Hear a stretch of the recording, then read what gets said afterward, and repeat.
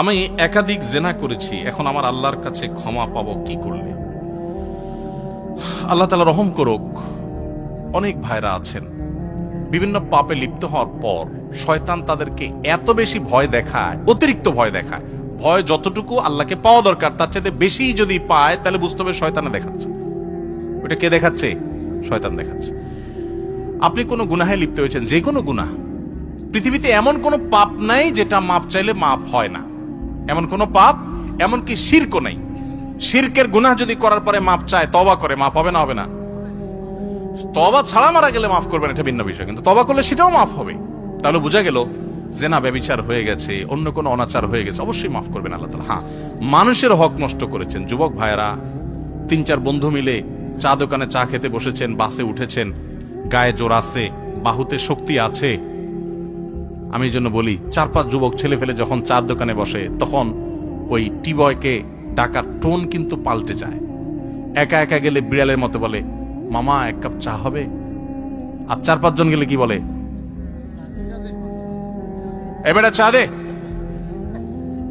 কথা কানে যায় না? কতক্ষণ ধরে বসে রয়েছি?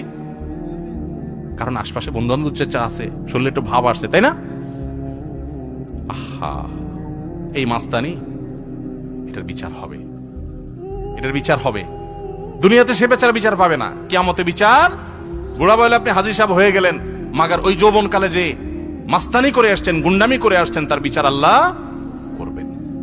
So be careful. এই যৌবনকে পাগলামি করে নষ্ট করবেন না, ঠিক আছে তো? ইনশাআল্লাহ যে কোনো অন্যায় করে আল্লাহ কাছে মাফ চাইলে মাফ করবেন, কিন্তু মানুষকে ওই যে ধাক্কা দিয়েছেন, গালি দিয়েছেন, অধিকার নষ্ট করেছেন, হক মেরেছেন, এগুলো কিন্তু আল্লাহ মাফ করবেন না। সাবধান। এই জন্য নবী করিম সাল্লাল্লাহু আলাইহি ওয়াসাল্লাম বলেছেন, সেদিন আসার আগে মাফ চেয়ে নাও, যেদিন কেউ কাউকে ছাড় দিবে না, কেউ কাউকে ছাড় দিবে না। গালি দিয়েছেন, রিকশাওয়ালা ভাড়া দেন নাই, চুন থেকে নুন খসছে, কথা থেকে কথা বাড়ছে, তর্ক হয়ে গেছে, যা বেটা দিলাম না, কি করতে পারবি কর, চলে আসছেন। এটার ছাড় কিয়ামতের দিন হবে না। নবী সাল্লাল্লাহু আলাইহি ওয়াসাল্লাম বলেছেন, দুনিয়া থাকতে এগুলা মিটমাট করো, এই মামলা নিষ্পত্তি করো, তার হাত পায়ে ধরে মাপ চেয়ে এটাকে শেষ করে যাও। কিয়ামতের ময়দানে কেউ কাউকে ছাড়বে না। অন্য কোনো অন্যায় করেছেন, জেনা হয়ে গেছে, আল্লাহর কাছে মাপ চাইছেন, তওবা করছেন, লজ্জিত হয়েছেন, আর কখনো করেন না, ফিরে আসছেন, ইনশাআল্লাহ মাফ করবেন আল্লাহ তাআলা। আল্লাহ বলেছেন, লা তাকনাতু মির রাহমাতিল্লাহ, আল্লাহর রহমত থেকে নিরাশ হইও না। ইন্নাল্লাহা ইয়াগফিরুয যুনুবা জামিআ, আল্লাহ সব গুনাহ মাফ করে দিবেন। অতএব জেনা করলেও আল্লাহ তাআলা কি করবেন? মাফ। কিন্তু তওবা করতে হবে খাঁটি অন্তরে, আর করা যাবে না, অনুতপ্ত হতে হবে। ফজরের নামাজে অভ্যস্ত হন।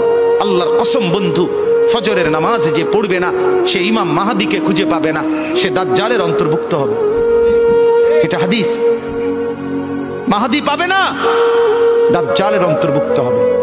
এই সমস্ত মাথার সেলুন কাটিং চুল, যেগুলো উঁচা, সামনে বড় বড় চুল, এদিকে চুল নাই, এদিকে চুল নাই, সব দাজ্জালের চুল।